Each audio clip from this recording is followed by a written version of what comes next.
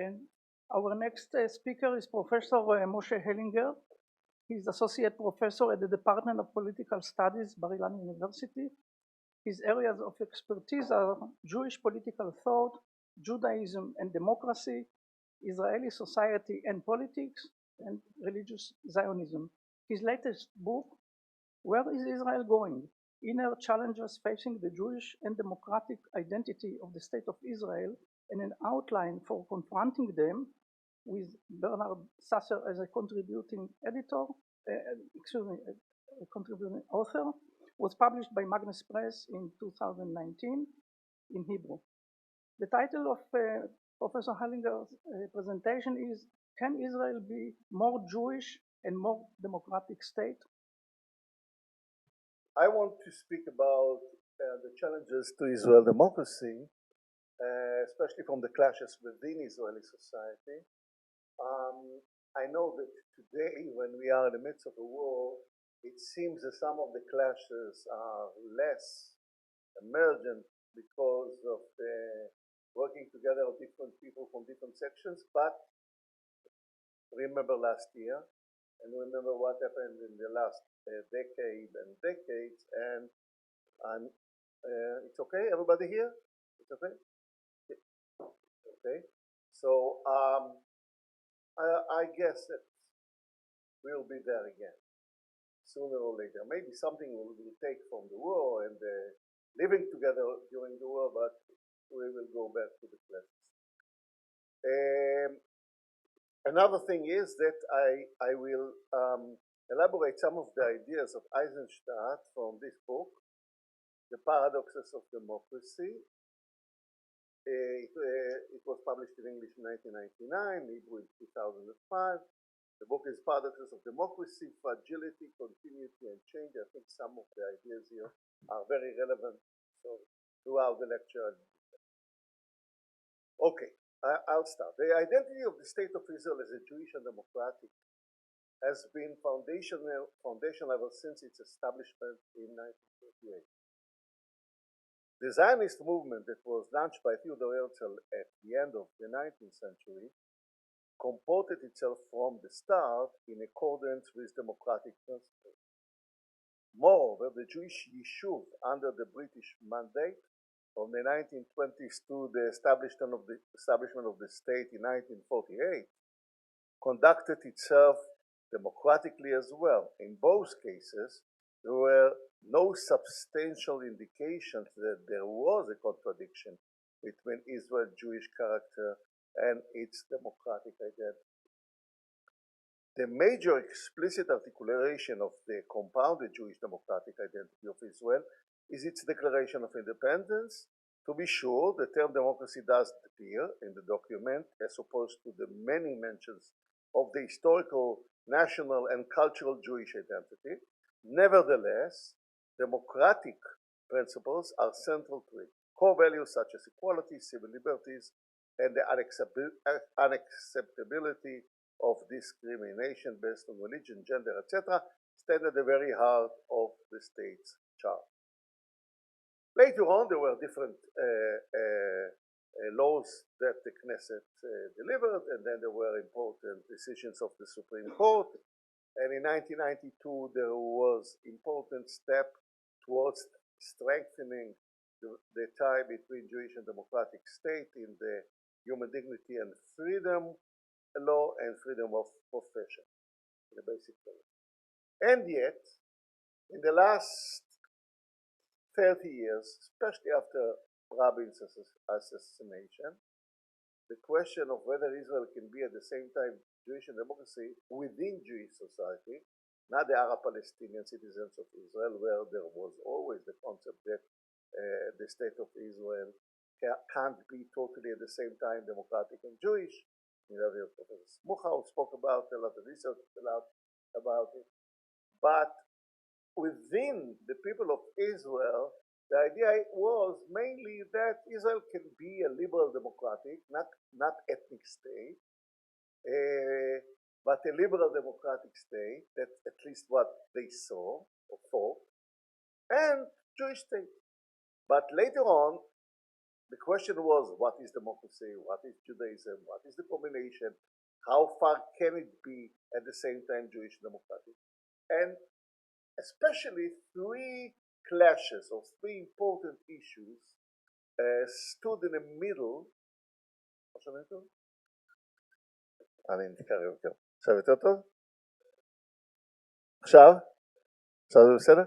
Stood in the middle of the question whether Israel can be at the same time both Jewish and democratic, and the three issues was, of course, the Palestinian issue, the conflict between Israel and the Palestinians in the West Bank, Judea and Samaria. We know that there are different names. The Palestinians, Arab citizens of Israel within the 67 borders, and the fact that there was not really equality between the majority of the Jewish majority and the Arab minority. Again, we have an expert in this. And the question of religion and politics, and the coercion of religion by the Orthodox establishment. And here there is an issue between Jews and Jews in Israel. Question like civil marriages, transportation in Shabbat, kashrut, etc. So those really usually are regarded as three key issues that, according to some, prevent Israel from being really a liberal democratic state. For others, like the late Professor Benny Neuberger, still Israel can be a liberal democratic state, but with important stains, as he called it. That it's not really totally, any democracy is not totally, but it's not enough. But we don't have to call it as a Jewish ethnocracy or an ethnic state or ethnic democracy. It can still be a liberal democratic with problems. In the last decade, the clashes between the Jewish state and democratic state became strengthened. And some of the main reasons are, one, the strengthening of the ethnocentric point of view within Israeli society. The right is stronger, the extreme right is stronger. It goes to the regular right, even within the Likud, not only Ben-Gvir, Smotrich. In the past, somebody like Ben-Gvir couldn't have been in the Knesset for a long time. Remember what happened to Kahana. So these ideas that some will call them neo-fascist, as others, as me, call them strong ethnocentric, nationalistic point of view, anti-liberal point of view, they are becoming more normal. And that's a big problem for Israel democracy. This is for once. The other thing is the clash between the right and the left that is also equivalent for the more Jewish, religious, and traditional part of the Israeli society, at least strong traditional Jewish society, and the secular liberal, especially last year during the demonstrations, brought many people to believe that we really have two nations, Judea nation and Israel nation, and one nation is more liberal democratic, and the center of it is Tel Aviv state, and the other nation is in Judea and Samaria, in Bnei Brak, in Jerusalem, in other places, which is not really liberal, and it's more ethnocentric Jewish. So what can we do when we have those sort of clashes? The regular point of view was like Professor Abiezer Rabitsky spoke about it and wrote about it, and the late Professor Ruth Gabizon, that you should lower the degree of Jewishness on one side and of liberal democracy from the other side.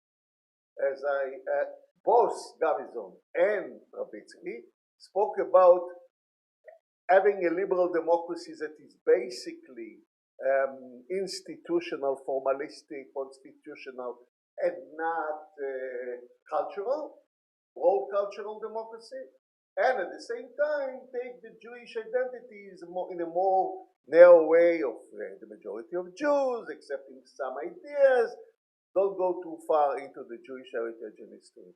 Then you'll have a big clash. I don't believe that something like that will solve the problem, because democracy today is not only formalistic, with all the problem of populism, etc., but basically liberal democracy is more cultural. Then the great researchers of the past, like Shmuel and others, sometimes even Eisenstadt, spoke about it. And Judaism is a whole culture, whole civilization.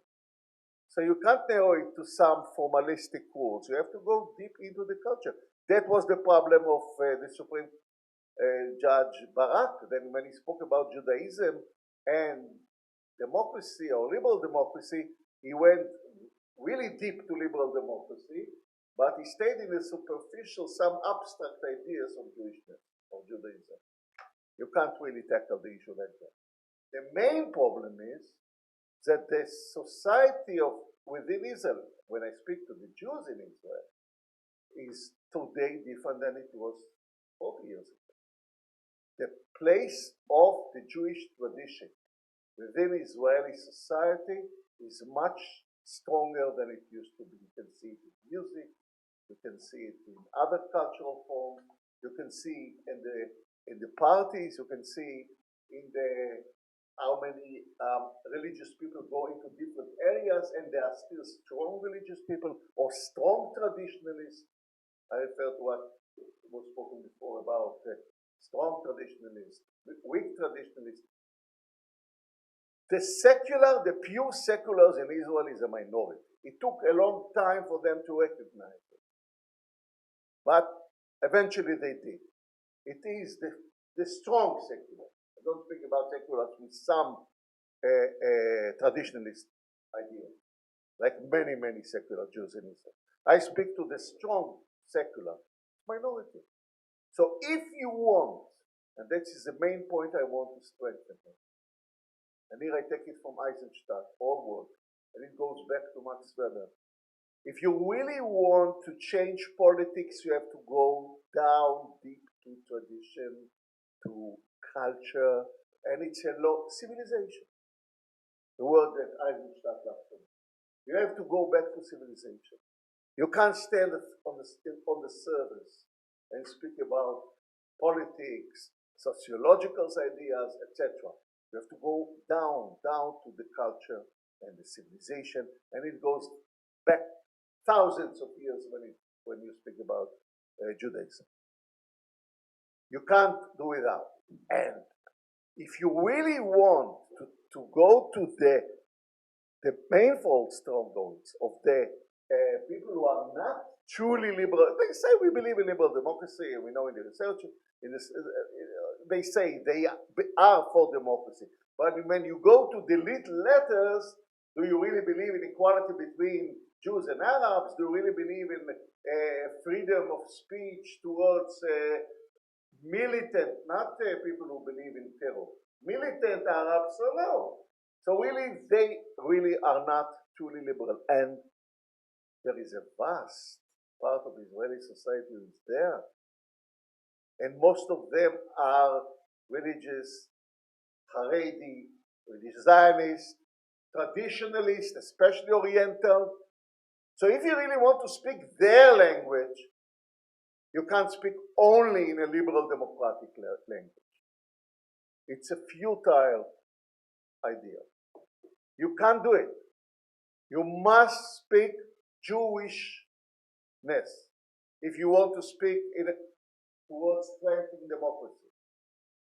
The question is, can you really speak in a Jewish way that at the same time will make Israel more democratic when you come to the clashes between the Jewish majority and the Arab citizens of Israel, the minority Arab citizens of Israel? Because what somebody will think is, if I speak in a Jewish way, and then I go back to those people in the religious Zionists of Haredi, and they are really not acknowledging the equality between Jews and Arabs. They are speaking Jewish. So can you speak at the same time and a deep Jewish language that has a strong roots in the Jewish tradition that mainly was a religious tradition, and you have to tackle the halachic history of the Jewish tradition, And you have to find out whether you can speak in halachic terms that at the same time, in the last thing, will bring more equality between Jews and Arabs. I say yes. You can do it. And I'll try in the next 5 minutes. In the next 5 minutes to show. You have 6. 6 is great, 20%. I will try to show how can you do it. First, liberal democracy, according to my understanding, not Jewish, liberal democracy, regular liberal democracy, has 3 layers. Usually we speak about 2, but there are 3 layers. The first layer above is the superficial one, which is, and Eisenstadt spoke about a lot about it, that it's important, but it's not enough, which is the institutional one, the fact that you have 2 parties that support each other, you have at least 2 parties, at least 2 candidates, and you have free elections, etc. So this is more the what we call formalistic side of democracy. Okay, this is important. If you are not there, if you don't have a true elections, you don't have a democracy. In order to have a democracy, you have to have at least some sort of democracy, but not something that is not original. Go back to Russia. Well, you have elections, but it's not election. So you have to have a free election. Turkey is a problem.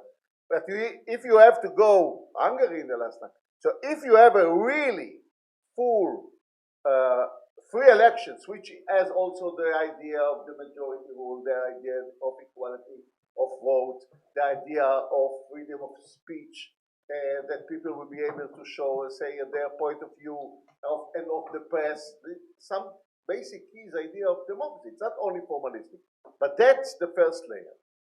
That's where Israel used to be in the first years of its existence. If you go to the second layer, deeper, then you have some important ideas of democracy, like freedom, the whole freedom of speech, conscience, religion, from religion, etc. You have the idea of basic equality, not economically, but politically. You have the idea of the majority rule. You have the idea of the separations of powers, etc., etc. You have some very important key concepts that if you go deep to them, you have a liberal democracy. And there is clashes between one principle and another, between the same principle, etc.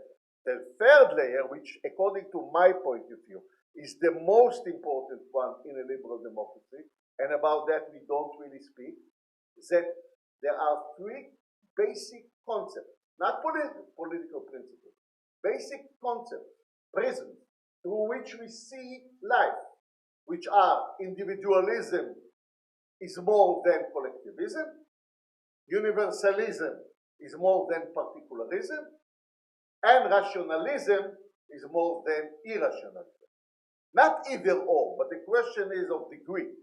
So if you have a clash between a person as individual and a person of part of a nation, of religion, etc., collectivism, number 1 is the individual side. The same about universalism. Don't go to Lenin that you don't have nations, you don't have religion. No, you have both. But the question is, what is the most important one? And the Supreme Court in a liberal system will go, first of all, to individualistic and universalistic human rights, which is both individualistic and universalistic. Again, rationalism. You will have a deliberative democracy. You take decision according to thinking, according to rationale, not according to mysticism or blood, etc. So this is a key layer, because and it's relevant to Judaism and democracy. And now I'll come to Judaism and democracy, what I really want to stress in 3 minutes.